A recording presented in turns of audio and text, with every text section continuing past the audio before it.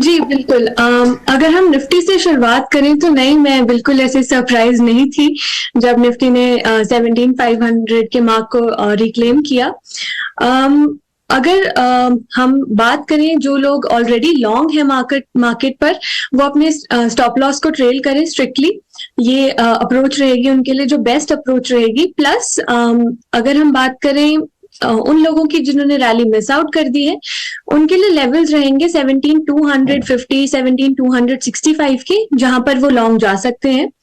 और फिलहाल के लिए जो हमें रेजिस्टेंसेस भी दिख रही हैं निफ्टी में, सबसे पहली होगी 17,580 की, साथ ही साथ 17,670 से लेके 17,710 की। बहुत हाई प्रोबेबिलिटी है कि हम इन लेवल्स को टेस्ट कर जाएं अगर हम 17,580 के ऊपर क्लोज करते हैं। जैसे अजय जी ने भी बताया था थोड़ी देर पहले, 17,700 तक के लेवल्स जो हम टेस्ट कर सकते हैं निफ्टी 50 में। और अगर हम बात करें बैंक निफ्टी की, तो इवन बैंक निफ्टी में जो मोमेंटम है वो काफी पॉजिटिव है। और अगर हम ये देखें बैंक निफ्टी में कि अब आगे क्या करना चाहिए, सेम अप्रोच रहेगी कि जो लॉन्ग है वो अपने लॉन्ग्स को ट्रेल करें। और अगर किसी ने भी मिस आउट किया है, तो अगर हमें कोई पुल बैक मिलता है टुवर्ड्स 39,200 लेवल्स, रेंज रहेगी काफी बड़ी 39,200 से 39,600 की। अगर हमें कोई पुल बैक उस रेंज में मिलता है तो हम डेफिनेटली बाय कर सकते हैं फॉर एक्सटेंडेड अपसाइड। और बैंक निफ्टी में फिलहाल के लिए प्रीवियस डे हाई जो है हमारा, एक वो रेजिस्टेंस रहेगा जिसके के ऊपर बैंक निफ्टी 40,735 के लेवल्स को टेस्ट कर सकता है। तो ये निफ्टी और बैंक निफ्टी में ये सजेशन रहेगी। एब्सोल्युटली। तो ताजा लॉन्ग्स इस वक्त बिल्ट होते हैं और गिरावट में खरीदारी के संकेत यहां पर मिल रहे हैं। गुड मॉर्निंग कुश, 17,500 के मार्क को फिर से रिक्लेम किया निफ्टी ने, और उसके बाद क्या आपको लगता है 17,600, 17,700 के जोन्स को टेस्ट करेगा? आज के लिए स्ट्रैटेजी क्या बनाएंगे? जी हाँ, वेरी गुड मॉर्निंग मानसी, सारे दर्शकों को, सारे पैनलिस्ट को भी अ very good morning. One word answer is yes. If I can add one more word, then it's no. Let me just explain in context. देखिए, मैं बिल्कुल बिलीव करता हूँ 17,700, 17,800 की जो रेंज है, हम यहाँ तक जाएंगे। आज शायद ना जाएं, because market is acting purely on cues right now. मतलब इससे सुंदर मार्केट शायद हो नहीं सकता था अगर आप डेटा क्लोजली ट्रैक कर रहे हैं और हमें रेगुलरली सुनते आ रहे हैं कि ना स्वदेश पे, तो राइट। क्योंकि देखिए 17,000 पे अच्छा खासा फुट बेस था, पूरे ग्लोबल मार्केट्स नीचे थे, बट हमने उस लेवल को रिस्पेक्ट किया और वहां से ऊपर आए हैं। 17,500 पे अच्छा खासा कॉल बेस है और हम हालांकि जस्ट उसके ऊपर क्लोज हुए, बट उतना तो लीव आपको प्रीमियम के हिसाब से देना पड़ता है। अब इसके बाद अगर मैं नेक्स्ट कॉल ऑप्शन बेस देखूं तो वो 17,700 पे ही है। तो मुझे ये लग रहा है कि 17,700, 17,800 की रेंज को हम जरूर टेस्ट करेंगे। शायद आज और कल में ना करें, क्योंकि 17,500 के आसपास जहां पे हम कल पूरा दिन रहे हैं, मार्केट सस्टेन किया है, वहां पे और फर्दर एडिशंस देखने को मिली है। तो इसके चलते हो सकता है कि हम आज और कल एक्सपायरी तक शायद थोड़ा सा होल्ड कर जाएं, बट इसके बाद, इस एक्सपायरी के बाद, इस वीकली एक्सपायरी के बाद, there is a very good probability कि हम 17,800, 17,700 की रेंज को बिल्कुल टेस्ट करेंगे। And I am of the camp कि अगर मार्केट्स थोड़ा नीचे आते हैं यहाँ पे 17,250, 17,300 की रेंज में, तो आप डेफिनेटली यहाँ से लॉन्ग करिए। यहाँ से आपका पे ऑफ रेशियो जो है ये काफी अच्छा हो जाएगा। जहां तक बैंक निफ्टी की बात है, काफी अच्छा परफॉर्मेंस देखने मिला है हमें बैंक निफ्टी का, और ये कंटिन्यू भी रहेगा, बिकॉज जैसा कि आप भी डिस्कस कर रहे थे, अब तक सिर्फ पीएसयू बैंक्स परफॉर्म कर रहे थे, प्राइवेट बैंक्स परफॉर्म कर रहे थे, अब पीएसयू बैंक्स ने भी पार्टी ज्वाइन कर ली है। तो यहाँ पे 40,800 के आसपास के रेजिस्टेंस जोन हो सकते हैं जो फिलहाल इंटरमीडिएट बेसिस पे एक्ट करें फॉर द बैंक निफ्टी। लेकिन 39,800 अब जो पहले रेजिस्टेंस था, ये सपोर्ट के तौर पे हो गया है। सो आज और कल के लिए निफ्टी बैंक निफ्टी बस होल्ड की रहे, बिकॉज हम रेजिस्टेंस के बहुत पास हैं, बट कोई भी डिप आए तो बिल्कुल उसे बाइंग अपॉर्चुनिटी ये समझ के यूज करें। क्या तो कुछ यही कह रहे हैं कि आप मार्केट के अंदर आप बुलिश तो रहे, लेकिन कई बार आपको अपॉर्चुनिटी मिल सकती है वापस, अगर थोड़ा भी बाजार नीचे आता है तो आप उसको जरूर ग्रैब कर सकते हैं। और रही बात 17,700 तक की, तो जाने के चांसेस पूरे हैं। खैर, इस बीच दोनों मेहमानों से जरा ट्रेडिंग कॉल्स भी ले लेते हैं उनकी। तो गुरलीन, आपसे शुरू करें, आपके जरा आज के ट्रेडिंग कॉल्स आप बताएंगे। तो आज के लिए जो मेरे ट्रेडिंग कॉल्स रहेंगे वो तीनों बाय साइड पर रहेंगे। जो सबसे पहला है वो होगा प्राज इंडस्ट्रीज, जिसमें स्टॉप लॉस होगा 418 रुपीज का और टारगेट रहेगा 460 रुपीज का। दूसरा होगा BEL, जिसमें भी बाय कॉल है, जिसमें कि स्टॉप लॉस रहेगा 99 रुपीज का और टारगेट रहेगा 112 का। और थर्ड है अदानी पोर्ट्स, जिसमें बाय कॉल रहेगी, टारगेट 850 रुपीज और स्टॉप लॉस 771। ये तीनों कॉल्स और तीनों की तीन खरीदारी की। अडानी पोर्ट साफ 850 के टारगेट्स बीएल और साथ ही Praj industries. In fact Praj industries इस हफ्ते में दूसरी बार हमारे टेक्निकल एक्सपर्ट्स के रेडार पर आए। स्टॉक पर भी फोकस करेंगे और हमारी खास पेशकश जब हमने दिवाली की उसमें भी प्राज इंडस्ट्रीज हमारे एक्सपर्ट्स के साथ शाम को प्राज इंडस्ट्रीज के नंबर भी आ चुके हैं। हालांकि मार्केट आज के बिल्कुल क्लोजिंग के समय पे आए थे, नंबर्स ठीक थे और उसके बाद से करीब 1-1.5% शायद कल क्लोज भी ऊपर ही हुआ है। तो एक बार आज जो ट्रेडिंग कॉल है पोस्ट नंबर्स के बाद का रिएक्शन होगा। तो एक रिजल्ट रिएक्शन यहाँ पर नजर आ सकता है, पॉजिटिव नंबर्स आते हुए दिखे हैं जिसका एक इम्पैक्ट दिखने की यहाँ पर अनुमान। कुछ गुड आपकी तरफ से बताएं, आपके कॉल्स कौन से होंगे आज के लिए? जी हाँ, मेरे भी दो कॉल्स हैं और दोनों बाय साइड पे ही हैं। पहला एक कॉल है प्लस एन अपडेट भी कह सकते हैं, करूर वैश्य बैंक। ये बैंक मैंने कुछ समय पहले डिस्कस किया था, I think about 2 weeks ago. 95 के टारगेट्स के लिए स्टॉक एक अच्छे खासे पॉजिटिव ट्रेंड में ट्रेड तो कर ही रहा था, लेकिन कल एक अच्छा खासा ब्रेकआउट आया है इसमें और उस टारगेट के बहुत करीब आ गया है, तो मैं इसको जरा सा अपग्रेड कर दूंगा। करूर वैश्य बैंक अब भी आप होल्ड कर सकते हैं, फ्रेश एंट्री भी ले सकते हैं फॉर अ टारगेट ऑफ 100। यहाँ पे आपका स्टॉप लॉस जो है ये 87 का रहेगा। जो मेरा दूसरा कॉल है, this is also an update, something that we've been discussing quite extensively. This Kalyan Jewellers, बिल्कुल अजय ने हमारे रेडार पर डाला था इसे, and the stock has been performing rather well. यहाँ पे अगर आप एग्जिस्टिंग पोजीशन होल्ड करते हैं तब डेफिनेटली बने रहिए, और अगर आप फ्रेश एंट्री लेना चाहें तो 115 के टारगेट के लिए लीजिए। यहाँ पे आपका स्टॉप लॉस जो है ये 102 के लेवल्स पे आएगा। बिल्कुल, आपको 3 शगुन के स्टॉक्स डिस्कस किए थे, कल्याण ज्वेलर्स, अनंतराज इंडस्ट्रीज और एचबीएल, तीनों 100 रुपए वाले। आइए देखते हैं कहां पे हैं। 108 पे कल्याण बैठा हुआ है, आई थिंक 107-8 पे अनंतराज बैठा हुआ है, और 140 के आसपास या 30 के आसपास एचबीएल है। रेड्डा साहब कृपया करके ये स्टॉक लेके आए। 115 पे एचबीएल है, इसलिए एचबीएल पावर जो है 120-125 जाके आए हैं। रेड्डा साहब दिखा नहीं रहे अभी। ये देखिए तीनों में कल्याण हो रहा है, और आज अनंतराज में और कल्याण होगा। जो रिजल्ट्स आए कल शाम को देखे आपने? जी बिल्कुल, अनंतराज के नंबर्स आते हुए देखे आपने, और आज सुबह आज इसमें कल्याण होगा। और नतीजों से पहले भी अनंतराज आपने एक बार डिस्कस भी किया था। तीनों ही किए थे, वही तो मैं कह रहा हूँ कि तीनों हमने 100 रुपए वाले शगुन वाले स्टॉक्स किए थे। कल्याण ज्वेलर्स को लेकर दुविधा आपकी यही थी कि 100 के पार अभी कब जाएगा, और पार हुआ है। देखिए वैशाली भी हमारे साथ आ गई। Vaishali good morning. पहले अपनी निफ्टी बैंक निफ्टी पे स्ट्रैटेजी बताएं और ये भी बताएं कि आज कैसे ट्रेड करेंगी, क्योंकि कुछ लोगों का हाथ नहीं चलेगा, आज हाथ कांपेगा। ऑलरेडी 2 दिन में इतनी रफ्तार फराटे की तेजी निफ्टी बैंक निफ्टी दोनों में आई है, अब क्या करना चाहिए?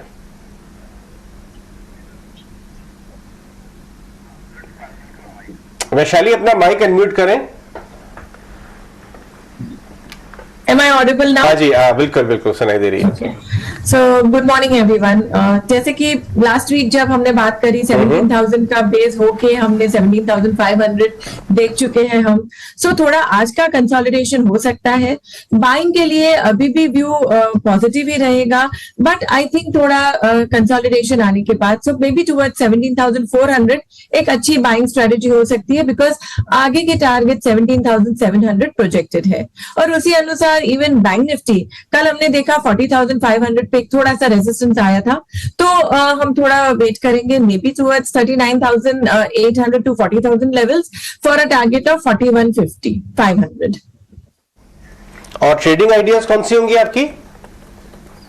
नई बाइंग अपॉर्चुनिटी इंश्योरेंस स्टॉक्स में लग रही है। कल हमने जैसे देखा कि एक पिकअप आ रहा है HDFC life, SBI life, so I would be looking at HDFC life with a stop loss of 515 for a target of 555 to 560। ये एक ट्रेडिंग टारगेट रहेगा। दूसरा है Apollo hospital. So Apollo hospital also is showing some pickup for फिलहाल एक 4360 पे close आया है। सो 4250 के स्टॉप लॉस के साथ 4500 का ट्रेडिंग टारगेट रहेगा। एंड मिड कैप में केपीआई ग्रीन, उसमें कल हमने देखा कि अच्छा सा वॉल्यूम हुआ है, मोमेंटम आ रहा है, और overall the trend is very positive. So KPI Green एक बाइंग स्ट्रेटेजी बन सकती है as a positional trade. So that is 852 फिलहाल आई थिंक 900 का क्लोज आया था। सो 850 के स्टॉप लॉस के साथ 1000-1050 के टारगेट के लिए this will be a positional trade. ठीक है, 910 के लेवल्स के आसपास ये क्लोज हुआ है और 1000 प्लस के टारगेट्स यहाँ पर वैशाली एक्सपेक्ट करके चल रही है। अपोलो हॉस्पिटल भी डे हाई पर कल क्लोज हुआ है। आज भी अच्छी तेजी के बीच बाइंग की कॉल और लाइफ इंश्योरेंस प्लेस पर भी कन्विक्शन यहाँ पर वैशाली की तरफ से बनता हुआ। तो ये तो हुई ट्रेडिंग कॉल्स, लेकिन इस वक्त की 3 बड़ी खबरें कौन सी हैं? त्रिमूर्ति सेगमेंट में क्या खास है? आइए शरद से जानते हैं, स्टॉक्स डिस्कस करते हैं। शरद, गुड मॉर्निंग, बताएं त्रिमूर्ति सेगमेंट में आज क्या है? जी बिल्कुल, सबसे पहले जो है hospital stock shall be focus में रहने वाली है। ऑपरेशनल अपडेट इंपॉर्टेंट आई है, लेकिन इंपॉर्टेंट बात ये भी है कि विजय केडिया जी को जो है एस इन्वेस्टर हैं और उनको बोर्ड ऑफ डायरेक्टर्स में जो अपॉइंट किया गया है, उनका होल्डिंग लगभग 7 लाख शेयर्स का है, जो ट्रांसलेट करता है 0.65% इक्विटी का।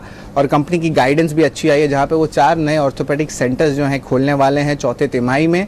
और आंकड़ों की बात करें तो पैट में लगभग 64% का ग्रोथ आया है और मार्जिन्स में भी एक सरप्राइज ग्रोथ देखने मिला है, लगभग 230 बेसिस पॉइंट्स का बढ़ के 18.3% आया है। अब इसके वैल्यूएशंस भी देखें तो ऑलमोस्ट 19 टाइम्स उनके FY24 पी नंबर्स देखने मिल रहे हैं और अपने पीयर सेट से अभी भी थोड़ी अंडर वैल्यूड स्टॉक है। दूसरा स्टॉक फोकस में रहेगा प्रेस्टीज एस्टेट्स। यहाँ पे Q2 ऑपरेशनल अपडेट बहुत स्ट्रॉन्ग आई है, क्वार्टरली सेल्स जो है 66% की बढ़ोतरी देखने मिली है। और वहीं अगर कलेक्शंस की बात करें तो वहाँ पे 68% का growth year on year basis पे देखने मिला है। लॉन्चेस में की बात करें तो लगभग 5 प्रोजेक्ट्स जो है लॉन्च हुए इस तिमाही में। और ऑपरेशनल अपडेट्स जो है यहाँ पे रियल्टी स्टॉक्स में कल जो देखा ओबरॉय रियल्टी में, और यहाँ पे भी जो है एक अच्छी जो है मूवमेंट देखने मिल रही है। और तीसरा स्टॉक ऑफकोर्स रहने वाला है जी एंटरटेनमेंट। और यहाँ पे जो है कल जो थे अहम डील हुई थी, जहाँ पे इन्वेस्को ने लगभग 5 करोड़ शेयर से ज़्यादा की बिकवाली की। और लेकिन जो इंपॉर्टेंट बायर्स हैं उन पे फोकस करते हैं, तो यहाँ पे डोमेस्टिक बायर्स में आपके हैं Edelweiss mutual fund, Aditya Birla sun life mutual fund, Tata mutual fund और टाटा AIA इंश्योरेंस। अगर फॉरेन बायर्स की बात करें कल की ब्लॉक डील में, तो वहाँ पे जो है society general, Nomura, Morgan Stanley, bank of America और एवेंडस कैपिटल और सिटी ग्रुप जैसे दिग्गज प्लेयर्स जो है यहाँ पे पार्टिसिपेट किए हैं। अब आगे जाते हुए इंपॉर्टेंट बात ये होगी कि जो लास्ट वीक थी जी के जो शेयर होल्डर्स ने नोट दे दी थी, CCI की भी अप्रूवल आ गई थी सोनी की मर्जर के साथ, तो एक बहुत इंपॉर्टेंट डेवलपमेंट स्टोरी है जो प्ले आउट हो सकता है। चलिए इन सारे स्टॉक्स को डिस्कस करते हैं थोड़ा ट्रेड के पॉइंट ऑफ व्यू से, और मैं जाऊंगा गुरलीन के पास। जी एंटरटेनमेंट कल सुबह गुरलीन हमने यहाँ पे स्वदेश पे यही डिस्कस किया था, जिस हिसाब से माहौल बन रहा है, जो फंडामेंटल्स बन रहे हैं और चार्ट में जिस हिसाब से स्टॉक 220 वाला धीरे धीरे 285 जाके वापस 256 पे जो ब्लॉक डील घटी थी, उसमें प्रोबेबिलिटी आपकी पैसे बनने की थी, इसलिए काफी लोगों ने उस जोन में लिया भी। हालांकि खुला ही ऊपर था, हाँ 65 के आसपास मिल गया होगा आई एम श्योर। अभी ये 270 पे ट्रेड कर रहा है, बट 6 महीने का या 3 महीने का देखें तो 285 होके आया है। जी एंटरटेनमेंट में क्या करना चाहिए इस समय? तो टेलविंड्स काफी आ गई है, बड़े लोगों ने खरीदारी भी की कल। ये देखिए 234-35 वाला 200 ऊपर में 85 गया था। अभी क्या करना चाहिए, इसमें कैसा ट्रेड बन रहा है गुरलीन? अगर हम जी एंटरटेनमेंट की बात करें तो फिलहाल के लिए ये अपनी की एवरेजेस से भी ऊपर ट्रेड कर रहा है। तो अगर जिन भी लोगों की इसमें लॉन्ग पोजीशंस हैं उनके लिए यही सजेशन रहेगा दैट वो अपने लॉन्ग्स को यहाँ पर ट्रेल करें। और अगर इसके बाद कोई ज्यादा फेवरेबल रिस्क टू रिवॉर्ड के साथ लॉन्ग पोजीशन बनाना चाहता है तो वो एक्चुअली एक ब्रेकआउट लेवल पर होगा जो अराउंड 297 का लेवल है। इधर वहां पर बाय कर सकते हैं या फिर अगर उस लेवल का रीटेस्ट होता है वहां पर भी बाय कर सकते हैं एक लो रिस्क एंट्री के लिए। और इसका जो टारगेट है वो रहेगा 345 से लेके 360 रुपीज का इन जी एंटरटेनमेंट। 5 to 360 तक के टारगेट्स यहाँ पर न्यूज फ्लोज हैं, जिसके चलते फोकस में 2 दिनों से जी एंटरटेनमेंट को हम डिस्कस भी कर रहे हैं। लेकिन डिस्कस अजय हमें डिफेंस भी करना चाहिए, क्योंकि डिफेंस एक्सपो जो कि जबरदस्त दिवसीय है प्रोग्राम, और वहां से भी काफी अच्छे ऐसा लग रहा था कि जो हम और आप, देखिए अभी मानसी तो ये बात समझ नहीं सकते हैं, लेकिन डिम्पी और हम तो अपने बच्चों को खिलौने खरीदवाने के लिए लेके जाते हैं। हाँ। क्या क्वालिटी, मतलब विश्वास नहीं होता आंखों का। इंग्लिश मूवीज में जो दिखाई देती है गन्स, सोफिस्टिकेटेड गन्स, वो सब आपके गांधीनगर में डिस्प्लेड थी। डायरेक्टर साहब कृपया करके आप वो विजुअल दिखाएं हमारे व्यूअर्स को। कल जो चॉपर्स, जो गन्स, मतलब मुझे तो ऐसा फील हो रहा था कि मुझे निकुंज से झगड़ा करके जाना चाहिए था ये कवर करने के लिए, जो हमारे सहयोगी समीर मजे करके आए। क्या विजुअल्स आ रही है, ये सब इंग्लिश मूवीज में आपको नजर आता था, याद है? सही बात है, बिल्कुल सही बात है। और आप ये कह रहे हैं, बिल्कुल ठीक कह रहे ये हैं। सब इंडिया में बनेगा। और हम ये कल्पना नहीं कर सकते कि हम इंडिया में सारी चीज देखेंगे, और सारी होममेड है। ये ब्रह्मोस जो आप एक्सपोर्ट भी होती है बकायदा, और इस पे हर जगह आप मोहर लगी हुई देख पा रहे हैं, जहाँ पे आत्मनिर्भर भारत की या फिर एक नए भारत की तस्वीर आपको इसमें कैलिशनिकोव बनना शुरू हो रही है इंडिया में। कैलिशनिकोव जो एक सीरीज है, मिखाइल कैलिशनिकोव बहुत बड़े साइंटिस्ट थे, गन्स के साइंटिस्ट थे, वो रशियन थे, करेक्ट। और ये सारी चीजें यहाँ पे मैन्युफैक्चर हो रही है। तो अभी गेम डिफेंस, इसीलिए डिफेंस स्टॉक्स अगर आप देखें लास्ट 15-20 दिन से डिफेंस स्टॉक्स रेडार पर भी है, अलग अलग स्टॉक्स चल भी रहे। इनफैक्ट कुछ डिफेंस में भारत फोर्ज जो देखिए अभी एक ऑलमोस्ट हमवी का लुक अलाइक जैसा गाड़ी बनाया है, और स्टॉक भारत फोर्ज चल भी रहा है। आपके अगर डिफेंस पिक्स में बात करें तो आपको सबसे स्ट्रॉन्ग मोमेंटम किस पे नजर आ रहा है? ये इसमें 2-3 प्लेयर्स हैं, अगर आप थोड़ा सा डाइवर्सिफाइड प्लेयर्स चाहते हैं तो। तो ऐसा लग रहा है कि आप किसी गुफाओं में बैठ के कॉल दे रहे हैं। हम आपका ऑडियो एक बार ठीक करते हैं, फिर वापस आते हैं। डायरेक्टर साहब प्लीज इसको ऑडियो में ठीक करिए, तब तक वैशाली से जाते हैं। वैशाली, गन्स और डिफेंस आप स्टॉक तो चेकआउट करती होंगी, बट गन्स वगैरह लड़कियां कम रुचि रखती हैं या क्या राय है आपकी? वेल लेकिन ध्यान तो सब पे रखना पड़ता है। So I think HAL is still a good strong stock, और बाइंग अपॉर्चुनिटी के लिए I think BEL is very well placed. So BEL का एक 98 का एक बेस बन चुका है, और कल भी हमने अच्छा सा स्ट्रॉन्ग अपमूव देखा, तो उसमें भी मेरा 115-120 का टारगेट है। BHEL is quite a surprise, जैसे जिस तरह से चला है, तो आई थिंक अभी 65 के सपोर्ट के साथ ये 75 के लेवल्स तक होल्ड कर सकते हैं। सो कल से हमें काफी हिंट मिल चुकी थी, BHEL, BEL, भारत फोर्ज और HAL। अगर मैं आपसे इन तीनों में से पूछूं सबसे ज्यादा आपका कन्विक्शन कौन से शेयर्स पे है, तो फिर कौन सा होगा इन तीनों में से? जैसे कि मैंने बोला, बाई रिस्क रिवॉर्ड के हिसाब से BEL में ठीक रहता है। ओके, ठीक है। वैसे डिम्पी, वैशाली ने HAL का भी जिक्र किया, और डिफेंस एक्सपोर्ट जिसकी हम बात कर रहे हैं उसमें HAL के द्वारा ही ट्रेनर एयरक्राफ्ट जो डेवलप किए गए हैं वो भी शोकेस होने वाले हैं। तो नहीं, ये 3-4 दिन और चलेगा, बढ़िया बढ़िया विजुअल हम दिखाएंगे, उसके बाद मालूम चलेगा कि कितने ऑर्डर्स आ रहे हैं। बिल्कुल, क्योंकि ये डिफेंस एक्सपो बेसिकली एक्सपोर्ट को बूस्ट करने के लिए बनाया गया। एब्सोल्युटली। और अदानी ग्रुप जो है वो भी डिफेंस प्ले में एक और खबर आई है अदानी पर। इनफैक्ट गुरलीन की अभी एक कॉल भी थी, और अदानी ग्रुप से जुड़ी हुई भी खबर है। एक अधिग्रहण किया एयरक्राफ्ट कंपनी में। हाँ, अदानी ग्रुप के ग्रुप तो खैर काफी अग्रेसिव हो ही रहा है, बट उनका जो डिफेंस का कारोबार है वो अनलिस्टेड कंपनी में, तो स्टॉक एक्चुअली रिएक्ट शायद ना करे। बट एनीवेज हम आगे चलते हैं, वामाक्षी से जान लेते हैं कि उनके रेडार पे कौन से स्टॉक्स हैं ब्रोकरेज कॉल्स के, फिर हम वापस आएंगे और डिस्कस करेंगे। वामाक्षी बताइए। जी बिल्कुल, गुड मॉर्निंग। शुरुआत करते हैं हम अपोलो टायर्स से। JP मॉर्गन की तरफ से उन्होंने एक राय आ रही है, उन्होंने कवरेज शुरू किया है ये स्टॉक पर ओवरवेट की राय के साथ। लक्ष्य रखा है 370 प्रति शेयर का। सस्टेनेबल परफॉर्मेंस पर कंपनी फोकस कर रही है, मार्केट शेयर जुटाना चाहते हैं। मार्केट लीडर है ही इंडिया में, मगर अब प्राइस डिसिप्लिन पर फोकस कर रहे हैं। EU में भी एक नीश प्लेयर है, और प्रीमियम शेयर जो उनका है वहाँ एक्सपेंशन कर रहे हैं। तो ओवरऑल देखें काफी पॉजिटिव नजर आ रहे हैं JP मॉर्गन अपोलो टायर पर। उन्होंने ओवरवेट की राय के साथ कवरेज शुरू की है। अब फोकस करते हैं टाटा कम्युनिकेशन पर। CLSA की तरफ से आउट परफॉर्म की राय बरकरार, लक्ष्य रखा 1433 पर शेयर का। डेटा बिजनेस में जो रेवेन्यू है वो करीब 11% से ईयर ऑन ईयर बढ़ा है। EBITDA में हालांकि हमने थोड़ी गिरावट देखी है, 4% ईयर ऑन ईयर की। कंफर्टेबल गियरिंग है, मगर केपेक्स काफी ऊंचा है, और इसी के चलते CLSA ने टाटा कम्युनिकेशन पर आउट परफॉर्म की राय को बरकरार रखा है। ICICI लोम्बार्ड पर भी राय जान लेते हैं। 2 ब्रोकरेजेस आ रही है। CLSA ने खरीदारी की राय बरकरार रखी, लक्ष्य रखा 1150 प्रति शेयर का। क्रेडिट स्विस ने भी आउट परफॉर्म की राय बरकरार रखी, लक्ष्य रखा 1430 का। CLSA का मानना है कि कंपनी ने काफी अच्छा प्रदर्शन किया है, दूसरे क्वार्टर में काफी मजबूत प्रॉफिटेबिलिटी थी, रीजनेबल वैल्यूएशन है, और जो अंडर परफॉर्मेंस देखने मिला था शेयर में वो अब खत्म हो सकता है।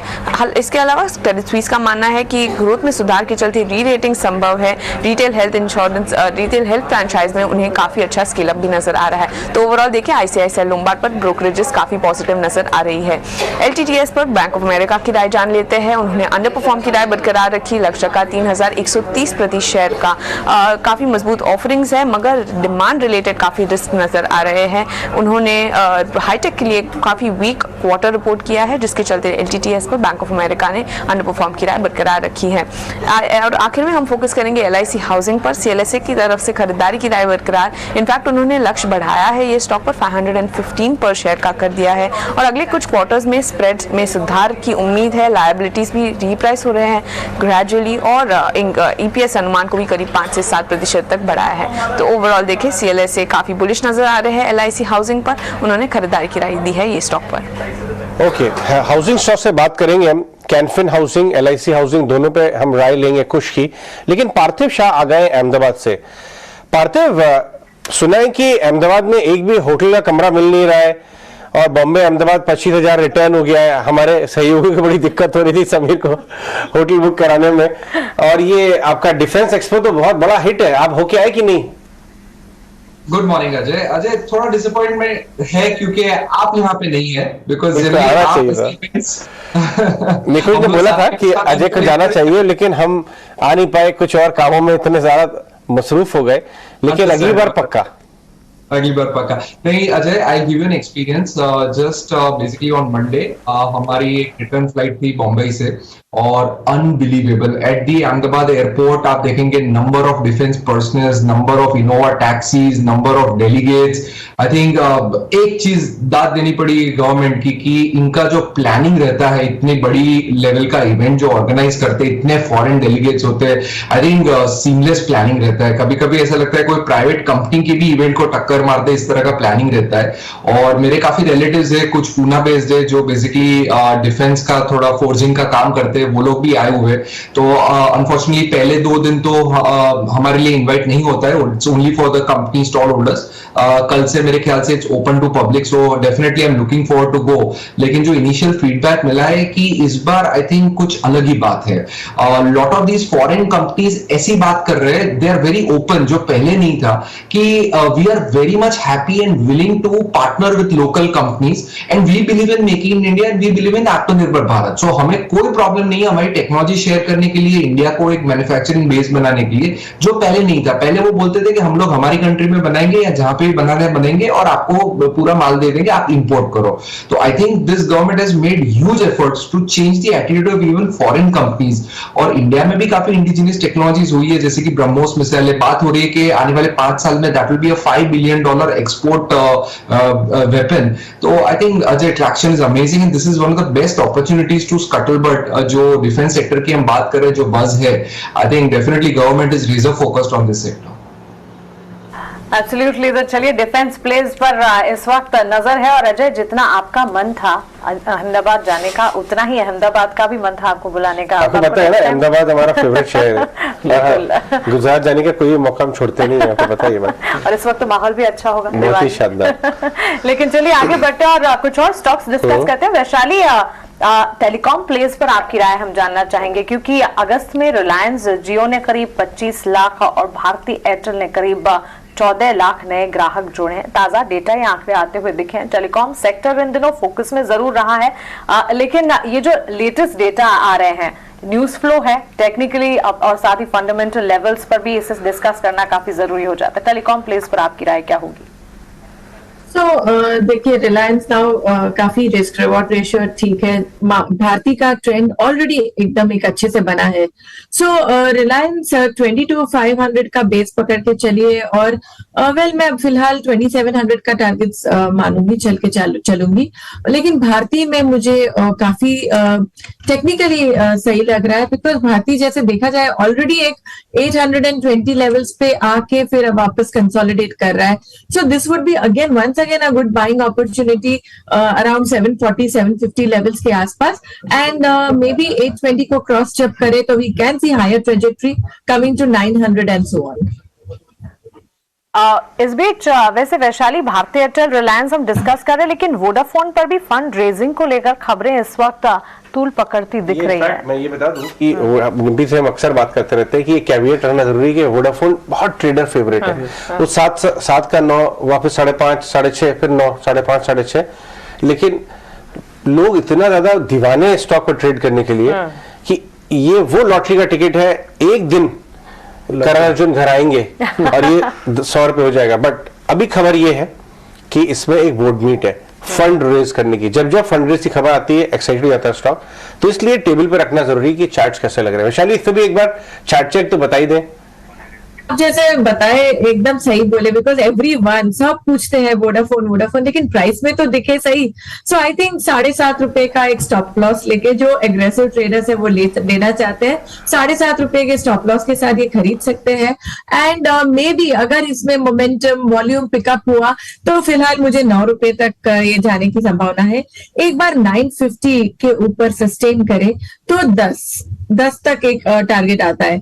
But the confirmation of strength और रिवर्सल कम्स ओनली अगर 10-50 को क्रॉस करते हैं तो हम आगे टारगेट्स की एक्सपेक्टेशन रख सकते हैं। तब तक ये range bound, nothing really happening in this stock.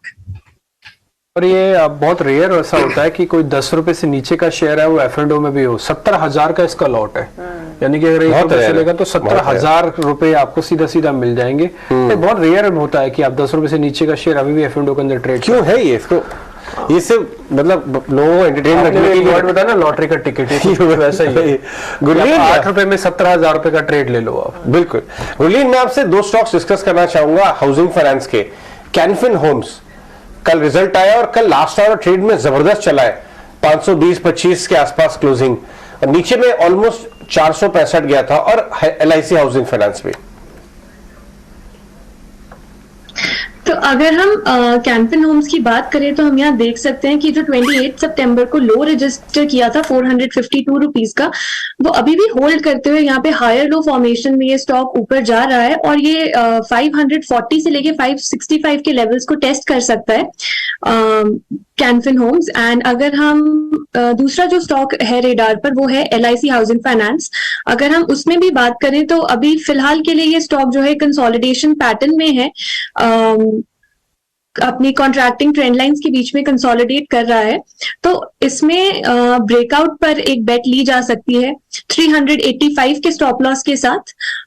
हमें यहाँ पर टारगेट्स जो है 430 से लेके 445 के टारगेट्स LIC हाउसिंग फाइनेंस में भी देखने को मिल सकते हैं। फाइनेंस की कंपनी LIC हाउसिंग के बारे में आपको गुरलीन बताते हुए, खैर इस बीच एक और कंपनी पे सबकी नजर है, वो है पिरामिल पे। पिरामिल का शेयर 2 हिस्सों में बट गया था। फार्मास्यूटिकल्स की लिस्टिंग होनी है। आशीष के पास पूरी जानकारी कि क्या भाव हो सकता है, ये कैसे स्प्लिट हुआ था, तो आशीषा से सब कुछ समझ लेते हैं। आशीष, एक बार बताएं इसके बारे में आप। जी हाँ, पिरामिल एंटरप्राइजेस में 2 बिजनेसेस थे, फार्मा बिजनेस और फाइनेंशियल सर्विसेज बिजनेस। तो अब फार्मा बिजनेस डीमर्ज कर दिया गया है और आज उसकी लिस्टिंग होगी। कंपनी ने कहा कि कॉर्पोरेट स्ट्रक्चर इंप्रूव और सिंप्लीफाई करने के लिए ये डीमर्जर किया गया था। स्वैप रेशियो की बात करें तो 4 शेयर्स यानी 4 शेयर पिरामिल फार्मा के ऑलरेडी शेयर होल्डर्स को इश्यू कर दिए गए हैं वर्सेस हर एक शेयर जो कंपनी के पास, जो शेयर होल्डर्स के पास पिरामिल एंटरप्राइजेस के थे। कार्लाइल ग्रुप ने अराउंड 20% का इन्वेस्टमेंट किया है पिरामिल फार्मा में। 3,500 करोड़ का इन्वेस्टमेंट है और उन्होंने फार्मा बिजनेस को अराउंड 17,600 करोड़ के आसपास वैल्यू किया है। वैल्यूएशन की बात करते हैं तो एक्सिस कैपिटल ने फार्मा बिजनेस को 22,700 करोड़ का वैल्यू दिया है। 119 करोड़ शेयर्स आउटस्टैंडिंग है। इसका मतलब ये होता है कि पर share value around 190 to 200 rupees per share के पास आसपास आती है। बिजनेस और कारोबार की भी बातचीत कर लेते हैं। 3 बिजनेस वर्टिकल्स में पिरामिल फार्मा ट्रेड करता है। CDMO बिजनेस जिसमें ड्रग डिस्कवरी का बिजनेस है, CHS जिसमें इनहेलेशन, एनेस्थेसिया और इंजेक्टेबल्स का बिजनेस है, इंडिया कंज्यूमर बिजनेस और OTC प्रोडक्ट्स का भी कंपनी का कारोबार है। सेल्स मिक्स की बात करें तो CDMO मिक्स से कंपनी का अराउंड 59% रेवेन्यू आता है और CHS और इंडिया कंज्यूमर हेल्थ से टोटल 41% का रेवेन्यू आता है। ज्योग्राफिकली बात करें तो अराउंड नॉर्थ अमेरिका से 41% का रेवेन्यू आता है और यूरोपियन रीजन से 39% कंपनी का टोटल रेवेन्यू आता है। सेल्स FY22 में 6,700 करोड़ के आसपास थे और मार्जिन्स 18% के आसपास है। लेकिन गाइडेंस काफी इंपॉर्टेंट है। कंपनी ने कहा कि अगले 3 से 5 सालों में 15% का रेवेन्यू ग्रोथ देखने को मिलेगा और मार्जिन्स जो अभी 18% के आसपास है वो 25 से 28% के रेंज में हो सकते हैं। तो गाइडेंस काफी पॉजिटिव है और आज ये फोकस में रहेगा बिकॉज पिरामिल फार्मा जो डीमर्ज कर दी गई है वो लिस्ट होगा एक्सचेंजेस पर। आशीषा बता रही थी कि स्ट्रीट जो है वो 190-210 के बीच में उम्मीद करता है, लेकिन मैं पार्थिव से इस पर डिस्कस करना चाहूंगा। पार्थिव, आपको याद होगा कि इसका ऑब्जेक्टिव डीमर्जर का यही था, क्योंकि एक तरफ फार्मा, दूसरी तरफ फाइनेंशियल सर्विसेज बिजनेस एक कंपनी में हाउस्ड, और लोग ये बात समझ नहीं पाते थे कि कैसे वैल्यू करें स्टॉक को। अब फाइनेंशियल सर्विसेज अलग और फार्मा अलग, जबकि बाजार की रुचि इनके फार्मा बिजनेस में ज्यादा है। ये 200 के आसपास अगर लिस्ट होगा, क्या लेना चाहिए? फेयर वैल्यू क्या हो सकती है इसकी आगे चल के? एब्सोल्युटली आपने वैलिड पॉइंट कहा कि मार्केट्स वर एंटिसिपेटिंग दिस, और ये आई थिंक लोगों को ज्यादा इंटरेस्ट पिरामल के फार्मा बिजनेस में, क्योंकि अगर पुराना पास्ट ट्रैक रिकॉर्ड देखें तो हम जानते हैं कि निकोलस पिरामल जो पहले उनकी जो फार्मा कंपनी थी, उस टाइम पे मुझे याद है one of the highest EV buy sales पे उन्होंने एबर्ट को बेचा था उनका बिजनेस, और फैंटास्टिक मनी दैट गार्नर, उसके बाद काफी आईआरआर इन्वेस्टर्स के लिए गार्नर किया था। इसलिए फार्मा में उनका जो past track record for execution है, यूनिकनेस इन बिजनेस मॉडल है, जैसे कि ये जो कॉम्प्लेक्स हॉस्पिटल जेनरिक्स है उसके अंदर नो डाउट कोविड के वजह से अगर हम पिछले साल का परफॉर्मेंस देखेंगे तो काफी टेपेड लगेगा in terms of margin, in terms of sales momentum, लेकिन now we are behind covid. So now I think हम लोग देख रहे हैं कि हॉस्पिटल्स में काफी फुटफॉल्स बढ़े for other therapies, pent-up demand भी ज्यादा है, तो हमारा ऐसा मानना है कि ये बिजनेस भी बहुत ही अच्छा तगड़ा कंट्रीब्यूशन देगा। तो overall I think it's a fantastic business, and I do believe कि 190 200 अगर मैं वैल्यूएशन के लिहाज से देखूं तो वहां पे काफी कंफर्ट है, और इसको थोड़ा लॉन्गर टर्म के नजरिए से देखना चाहिए। ये एक ऐसा बिजनेस है जिसमें नामचीन प्राइवेट इक्विटी ने भी स्टेक लिया था, उस टाइम पे पहली बार वैल्यू अनलॉक हुई थी इन terms of the valuation for this particular business, और उनका कंप्लायंस ट्रैक रिकॉर्ड भी बहुत ही फैंटास्टिक रहा है। काफी यूएस एफडीए के जो इंस्पेक्शंस हुए, they cleaned out, they come out with clean chit, so उस लिहाज से भी आई थिंक काफी कंफर्ट है। तो 190 200 की रेंज में अगर ये शेयर अक्यूमुलेट करने को मिलता है तो इन्वेस्टर्स को लेना चाहिए। पार्थिव की तरफ से इस वक्त ये राय आती हुई पिरामल फार्मा लिस्टिंग के बाद उम्मीद यही लगाई जा रही है 190 to 210 पर शेयर की एक वैल्यू आती हुई दिख सकती है, और अगर ये लेवल्स मिलते हैं तो फिर एक बार एंट्री ली जा सकती है, ये राय। लेकिन चलिए, इस बीच हमारे साथ कुणाल बोथरा भी स्टूडियोज में जुड़ गए हैं। Kunal, good morning. 17,200 अहम सपोर्ट, 17,700 अहम रेजिस्टेंस। क्या आपको लगता है एक तरफा पॉजिटिविटी दिखेगी या फिर डली डाली मूड होगा बाजार का? तो मैं ऐसा मानता हूं कि आई थिंक ये बिलीव आ रहा है वापस से मार्केट में कि शायद ये रैली सस्टेन होगी, बिकॉज हमें ग्लोबल मार्केट का बहुत अच्छा सपोर्ट मिल रहा है, यूएस मार्केट्स में स्पेसिफिकली।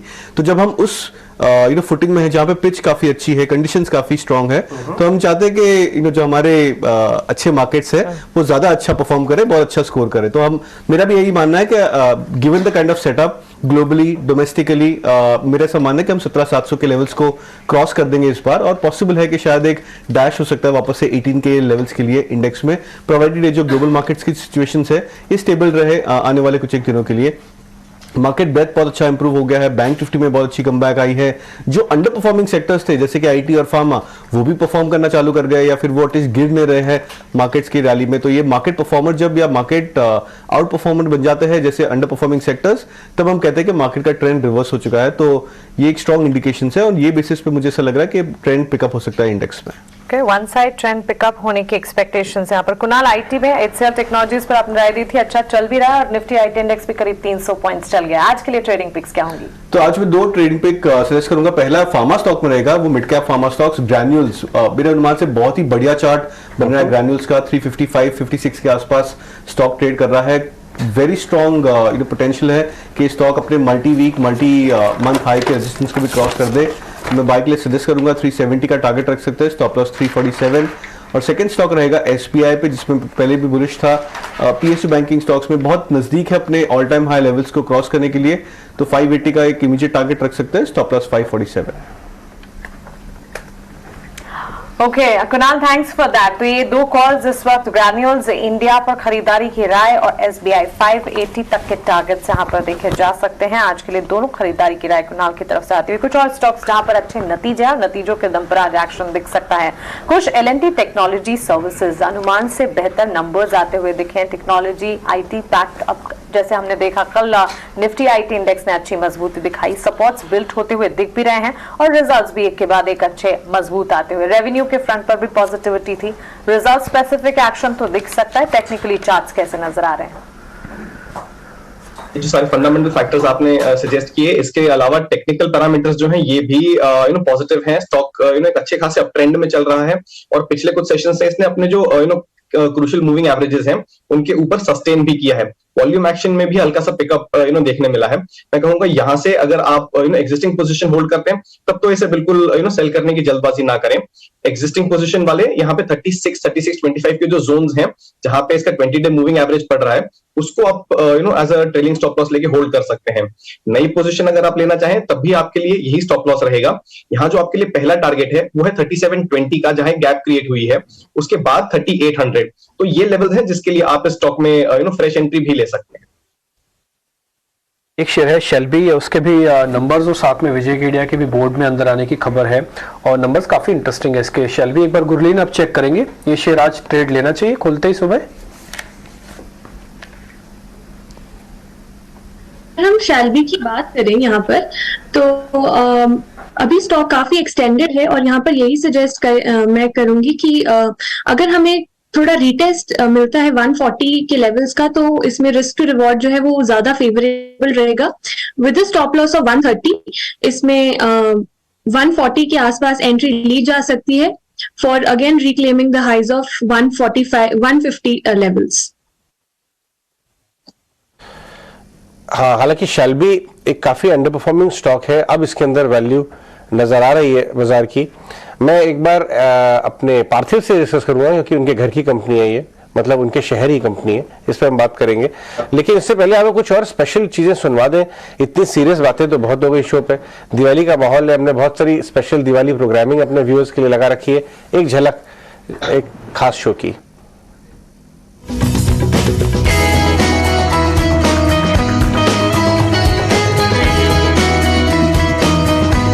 इस दीपावली पर आपके साथ मैं एक विशेष कार्यक्रम में मिलूंगा और इस कार्यक्रम में हम चर्चा करेंगे दीपावली से जुड़े भिन्न भिन्न पर्वों की, संस्कृतियों की, परंपराओं की और आर्थिक जगत से जुड़ी दीपावली की कुछ बातें जैसे लक्ष्मी पूजन, जैसे मुहूर्त ट्रेडिंग, इन सब बातों पर हम चर्चा करेंगे ईटी नाउ स्वदेश पर।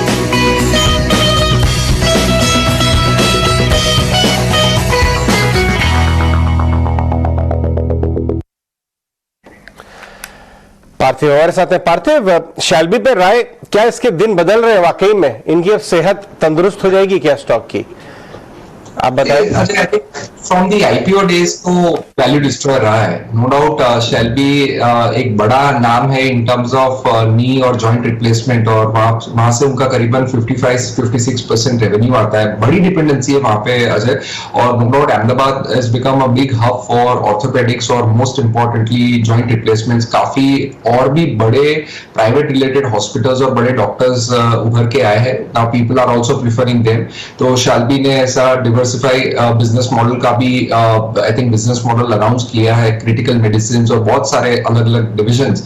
नो डाउट एक अच्छी बात ये है ये कंपनी के लिए कि उनका जो बिजनेस मॉडल काफी एसेट लाइट है। Most of the hospitals are on lease basis, तो ओवरहेड्स रिलेटिवली कम रहते हैं, लेकिन रिटर्न रेशियोज की कंसिस्टेंसी अगर मैं अजय देखूं तो not the best of the hospital pick.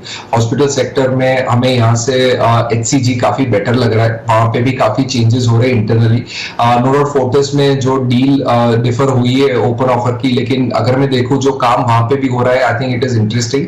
Apollo तो डेफिनेटली इज नंबर 1 प्ले, लेकिन definitely Shelby in the hospital space not one of the most preferred place. आपसे एक सवाल पूछते हैं, आपको पार्थिव धनतेरस का महत्व मालूम है? प्रिसाइज धनतेरस क्यों मनाया जाता है? नहीं मालूम है, ठीक है। देखा, इतने बड़े हेड ऑफ रिसर्च है, इतने ज्ञानी है, लेकिन फंस जाते हैं कभी कभी। वैशाली से पूछते हैं, वैशाली आपको मालूम है धनतेरस क्यों मनाया जाता है? Not really. अरे देखिए, ये फंस गई। जबकि मैंने वैशाली के ऑफिस में ही प्रभुदास लियर के कितनी सारी दिवालियों की शूटिंग की है, खूब इनसे बात की है और फाउंडर्स से। लेकिन अजय अक्सर ये होता है हम सारे फेस्टिवल सारे ट्रेडिशंस मनाते लेकिन ओरिजिन भूल जाते हैं, अर्थ भूल जाते हैं। लेकिन कोशिश हमारी यही है कि फाइनेंशियल नुआंसेस के साथ हम हमारे पुराणों को भी समझाएं, संस्कृति और अपनी परंपराओं को। आइए अब आपको बताते हैं कि धनतेरस क्यों मनाया जाता है। धनतेरस को एक तो यहाँ धनवंतरी की पूजन का विधान है, तो धनवंतरी आयुर्वेद के देवता हैं, इसीलिए आजकल जो भारत प्रशासन ने धनतेरस को नेशनल आयुर्वेद डे, राष्ट्रीय आयुर्वेद दिवस के रूप में मनाने का भी निर्णय लिया है। दूसरा, धनतेरस के दिन ये पूरा दीपावली जो पर्व है ये एक व्यापारी वर्ग के लिए विशेष पर्व है। प्राचीन समय में इस समय फसल पक जाती थी, फसल कटती थी और भारतीय अर्थव्यवस्था कृषि आधारित थी। तो फसल के कटने से नए वित्तीय वर्ष का, नई वित्तीय गतिविधियों का प्रारंभ होता था। तो व्यापारी वर्ग में विशेष रूप से दीपावली बहुत प्राचीन समय से एक बहुत बड़ा त्योहार रहा है। तो यही धनतेरस हो अथवा दीपावली का दिन हो, इस दिन लोग सोना लेते हैं, चांदी लेते हैं, बर्तन लेते हैं और ऐसा माना जाता है इस दिन जो आप वस्तु लेंगे वो टिकेगी। इस दिन यदि आप दान करेंगे तो बहुत लंबे समय तक पुण्य देगा। इस दिन दीपावली के दिन अथवा धनतेरस के दिन कुछ लेंगे तो बहुत लंबे समय तक टिकेगा, ऐसी मान्यताएं हैं। इस कारण से लोग गाड़ी लेते हैं, लोग सोना लेते हैं, चांदी लेते हैं। और धनतेरस के दिन पहले के समय में यम के सम्मान में दीपक भी जलाए जाते थे। तो ये सब धनतेरस का महत्व है। एक छोटी सी झलक है जो भी आप यहाँ पे देख पा रहे हैं। ऐसे कई सवाल होंगे जो आपको पता भी नहीं होंगे, लेकिन वो भारतीय संस्कृति से इस तरह से कनेक्टेड है। हम कम मनाते तो हैं लेकिन पता नहीं है, तो लेकिन आपको पता लग जाएगा कल अगर आप 12:30 बजे आप जुड़ जाएंगे तो आपको इसके बारे में जानकारी मिल जाएगी। 20 अक्टूबर यानी कि आज की आज दोनों दिन, हाँ हो सकता है। ठीक है, तो कल और आज दोनों दिन। अच्छा, आपको वैसे ही रहना ही है ना, कल भी रहिए, आज भी रहिए, परसों भी रहिए, दिवाली तक भी रहिए, तो कोई दिक्कत तो है नहीं। वैसे आप जब भी रहेंगे तो कुछ ना कुछ आपको मिलता है। 12:30 बजे दिवाली की स्पेशल प्रोग्रामिंग है। ठीक, ये हुई स्पेशल प्रोग्रामिंग। अब हम वापस आते हैं, कुछ स्टॉक से बारे में बात करते हैं। एक स्टॉक है रियल एस्टेट स्पेस से अनंतराज इंडस्ट्रीज। कल शाम को इसका रिजल्ट आया, ये भी 100 रुपए के शगुन स्टॉक्स की लिस्ट में हमारी शामिल था। चार्ट पे कैसा लग रहा है गुरलीन? अगर हम अनंतराज इंडस्ट्रीज अनंतराज की बात करें तो अपने जो जनवरी के हाईज थे उनके ऊपर काफी अच्छे से इसने ब्रेकआउट दिया, उसके बाद रिटेस्ट भी किया उन लेवल्स को और काफी अच्छे से उन्हीं लेवल्स को होल्ड करते हुए ऊपर की ट्रेजेक्टरी इसमें कायम है। और अगर हमें से अब अगर कोई इसमें फ्रेश एंट्री लेना चाहे तो डेफिनेटली ले सकते हैं, but around the levels of 100 rupees के लेवल्स पर यहाँ पर एंट्री ली जा सकती है। और जो लो लेवल रहेगा यहाँ पर 80 का या फिर 85 का, उसे स्टॉप लॉस लिया जा सकता है अनंतराज में, और रिस्क टू रिवॉर्ड क्योंकि इन लेवल्स पर काफी फेवरेबल हो जाएगा। अनंतराज पर जहां हम रियल एस्टेट स्टॉक्स की बात कर रहे हैं, प्रेस्टीज एस्टेट पर भी एक बार कुछ आपसे राय जानना चाहेंगे। Q2 अपडेट कंपनी का आया है और इसमें बिक्री जो है उसमें 66% के अप मूव्स दिखे हैं। कलेक्शन एफिशिएंसी इनकी लगातार बढ़ रही है, 68% की बढ़त यहाँ पर भी दिख रही है और दूसरी तिमाही में करीब 5 प्रोजेक्ट्स इन्होंने लॉन्च भी किए हैं। प्रेस्टीज एस्टेट, इस स्टॉक पर राय दीजिए। जी देखिए, ओवरऑल सेटअप इसका इतना एनकरेजिंग नहीं लग रहा है। स्टॉक एक रेंज में ट्रेड कर रहा है, it's trying to break out, लेकिन हर बार ऊपरी स्तरों पे सेलिंग प्रेशर आ रहा है। फिलहाल ये अपने सारे क्रिटिकल एवरेजेस जो हैं उनके नीचे ट्रेड कर रहा है। तो ये कहीं ना कहीं संकेत है कि स्टॉक में एक इनहेरेंट वीकनेस है। फिलहाल मैं इसे फिलहाल वेट एंड वॉच मोड में ही रखूंगा। 425 से 430 का जो जोन है ये इसके लिए काफी अहम सपोर्ट का जोन है। स्टॉक बहुत करीब ट्रेड कर रहा है उसके, तो एक बार अगर स्टॉक यहाँ पे सपोर्ट लेके फिर रिबाउंड करता है, 440 के ऊपर क्रॉस करता है, तब हम इसमें एक फ्रेश बाइंग की व्यू बना सकते हैं। बट फिलहाल मैं कहूंगा इसे वॉच करिए, बिकॉज सपोर्ट के बहुत पास है एंड हल्का सा जो इसका ट्रेजेक्टरी है ये इमीडिएट बेसिस पे डाउन ट्रेंड का है। तो 425 430 के जोन पे वॉच करिए फिलहाल। कंपनी है गुरलीन, एक बार आप चेक करेंगे, महिंद्रा CIE के नाम से एक कंपनी है। ये बाहर की कंपनी, इसके साथ महिंद्रा ने टाइप किया हुआ है। इसका जो मुनाफा है ना वो 3% ही बढ़ के आया, बट ज्यादा अच्छी चीज ये है कि मार्जिन में थोड़ा श्रिंक तो हुआ है बट बहुत बुरी तरह से नहीं टूटे हुए हैं। महिंद्रा CIE के अंदर आज क्या करें, नंबर्स ठीक ठीक हैं। अगर हम महिंद्रा CIE के डेली चार्ट को देखें, डेली टेक्निकल चार्ट को देखें, तो स्टॉक ने अपने जो हाई रजिस्टर किया था 324 325 के आसपास, वहां से कुछ रिट्रेस किया है back towards the crucial EMA levels. तो यहाँ पर और हम ये भी देख सकते हैं जो ये स्टॉक है ये 12 अक्टूबर से एक बहुत ही नैरो रेंज में ट्रेड कर रहा है। तो यहाँ पर अगर ये स्टॉक हमें 314 रुपीज के ऊपर जाता हुआ दिख सकता है, तो यहाँ पर हमें ज्यादा नहीं तो पर 10 पॉइंट्स का मूव यहाँ पे हमें मिल सकता है। 298 रुपीज का यहाँ स्टॉप लॉस रख सकते हैं और 315 के ऊपर अगर हमें ब्रेकआउट मिलता है तो यहाँ पर ये जो स्टॉक है अपने हाई को रिक्लेम कर सकता है, जो कि होगा 325 का लेवल। छोटे प्रॉफिट्स के लिए जरूर आप इसके अंदर एंट्री कर सकते हैं, अगर नहीं भी करेंगे तब भी काम चल सकता है। वैसे शेयर ठीक है, नंबर्स के हिसाब से नंबर भी बहुत खराब नहीं है, तो इस पे आप ध्यान रखें। क्या इस बीच नरेश हमारे साथ जुड़ चुके हैं। नरेश गुड मॉर्निंग, एक बार आप जरा बताएंगे कि आप आज इंडेक्स में कैसे ट्रेड करेंगे, या फिर आपकी रेंज क्या है, और दूसरा फिर आपके शेयर्स कौन से हैं आज के। इंडेक्स में ओवरऑल बायस पॉजिटिव है, इंट्राडे क्लोजर टू 17,450 480 अगर आए तो एंट्री पॉइंट रहेगा, और ऊपर में 17,600 का एक्सपेक्टेशन है। स्टॉक स्पेसिफिक जो रिकमेंडेशन रहेगी, सबसे पहले बाय रहेगा LIC हाउसिंग पर, जहां पे एक शॉर्ट टर्म ट्रायंगल ब्रेकआउट के करीब है स्टॉक। यहाँ पे एक मोमेंटम ब्रेकआउट होगा 420 के ऊपर, सो यहाँ पे प्रीएम्प्टिंग बाय कर रहा हूँ करंट लेवल्स पे। स्टॉप लॉस होगा 405, टारगेट होगा 460। सेकंड बाय रहेगा इंडसइंड बैंक पर, जिसने आर्ली चार्ट्स पे कल ब्रेकआउट दे दिया है और छोटा सा ट्रायंगल ब्रेकआउट भी दे दिया है। लॉन्गर टर्म चार्ट बहुत इंटरेस्टिंग लग रहा है, 1250 1270 का एक रेजिस्टेंट बैंड है जो रिसेंटली भी बना था और लास्ट ईयर भी बना था, और प्री कोविड भी अराउंड 1250 1300 ट्रेड करता था। तो ये क्लियर कट आउट परफॉर्मेंस के नेक्स्ट स्टेज पे जा रहा है। सो यहाँ पे शॉर्ट टर्म एक्सपेक्टेशन होगा 1350, स्टॉप लॉस होगा 1190। ठीक है, एक बार रिपीट करेंगे अपना last stock Naresh. IndusInd bank, IndusInd bank target 30। जी हाँ, इंडसइंड बैंक। कुछ mid cap small cap stock की अगर हम बात करें तो सेलेक्ट फार्मा स्टॉक्स वापस आ रहे हैं। इनफैक्ट कुणाल ने भी ग्रैन्यूल्स के बारे में बात की, लॉरस, इस तरह के कुछ स्टॉक्स आपके रेडार पे हैं। इनफैक्ट अभी 2 दिन पहले हमने ऑब्जर्व किया कि 24 घंटे के व्हील में 3 बड़े फंड मैनेजर्स ने हमारे चैनल पे आके फार्मा को कॉन्ट्रा कॉल बोली। मधु खेला ने बोली, पंकज टिब्रेवाल ने दिया, और तीसरे कौन थे? एक और मेहमान भी, हाँ एक और मधु खेला, पंकज टिब्रेवाल और मिस्टर वैद्य थे शायद। हाँ, 3 ब्रोकर, 3 बड़े फंड मैनेजर ने एक साथ आके बोला कि फार्मा कॉन्ट्रैक्ट खेलने का टाइम आ गया। शैलेश भान थे, शैलेश भान निपॉन लाइफ के। और मिड कैप फार्मा चला भी नहीं है, नेटको ऑफ द वर्ल्ड, डिवीज ऑफ द, ये डिवीज तो खैर अंडर परफॉर्म कर रहा है। यहाँ कुछ आपको चार्ट पे दिख रहा है बनता हुआ, लॉरस, शिल्पा मेडिकेयर, वैरायटी। जी देखिए, 2 स्टॉक्स कहूंगा। पहला है ग्रैन्यूल्स, जो मेरा कुछ दिन पहले कॉल भी था। स्टॉक बहुत ही बखूबी 345 350 की जो जोन है इसमें अक्यूमुलेट हो रहा था, और कल हमने मार्केट के सपोर्ट के साथ इस स्टॉक में अच्छा खासा अपमूव आते हुए देखा है।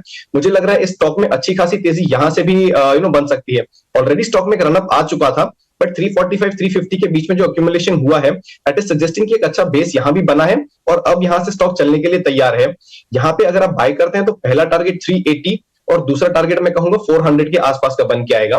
और दूसरा स्टॉक जो मेरे रेडार पे है वो है लॉरस लैब्स। इस स्टॉक में हमने एक अच्छा खासा फॉल देखा है, लेकिन 490 टू 500 के जो जोन्स है, स्टॉक ने इन लेवल्स पे मल्टीपल टाइम सपोर्ट लिया है, और अब एक अप ट्रेंड की अटेम्प्ट कर रहा है। थोड़ा सा कॉशियस रहूंगा मैं यहाँ पे, लेकिन बिकॉज जिस तरीके का हम वॉल्यूम एक्शन इसमें देख रहे हैं, जो सपोर्ट लेके स्टॉक बार बार रिबाउंड कर रहा है, मैं कहूंगा इस पे नजर रखिए। यहाँ पे आप लॉन्ग करते हैं तो एक टाइट स्टॉप लॉस रखिए 500 का। पहला टारगेट आपके लिए 530 और दूसरा टारगेट जो है 545 का निकल के आएगा। Between the two, Granules will be a much stronger pick. Special show हमने आपके लिए दिनेश ठक्कर के साथ किया है, एंजल 1 के, जल्दी हम लेके आएंगे। एक तो सुपर कार के बड़े शौकीन है डिम्पी, और आप भी हैं। कार की शौकीन तो हम भी है, बट शौक तो ले नहीं पा रहे हो, बात अलग है। शौक रखने में क्या है, शौक तो रख ही सकते हैं। दूसरा वो सुपर ऐप बिल्ड कर रहे हैं। एंजल 1 के अगर आप नंबर्स देखें, कुश का फेवरेट काउंटर है। कुश, आप ये शो जरूर देखिएगा, सुपर ऐप्स से लेके सुपर कार्स तक। और ये जो सवाल सब लोग पूछते रहते हैं कि एंजल 1 का ग्रोथ मोमेंटम सस्टेन करेगा, ये बात हमने उनसे पूछी है कि क्या अपॉर्चुनिटी साइज को वो टारगेट कर रहे हैं। आपको पता है 200 रुपए पे आईपीओ आया था ना, वो डिस्काउंट पे लिस्ट हुआ था, और 200 वाला टॉप में 1700-1800 गया था। एक बार चार्ट लेके आई है बेटे साहब, एंजल 1 का चार्ट लेके आई है और कुछ को लेके आई। आप इमेजिन करेंगे, मैंने उनसे पूछा कि आपने ठीक से मार्केट नहीं किया था क्या अपना आईपीओ? उन्होंने कहा कितनी बार बोला था, कितनी वैल्यू छोड़ रहे टेबल पे, कोई सुनना ही नहीं चाहता था। लोग सोचते थे कि ये ट्रेडिशनल ब्रोकर है, लेकिन है वो एक फिनटेक कंपनी।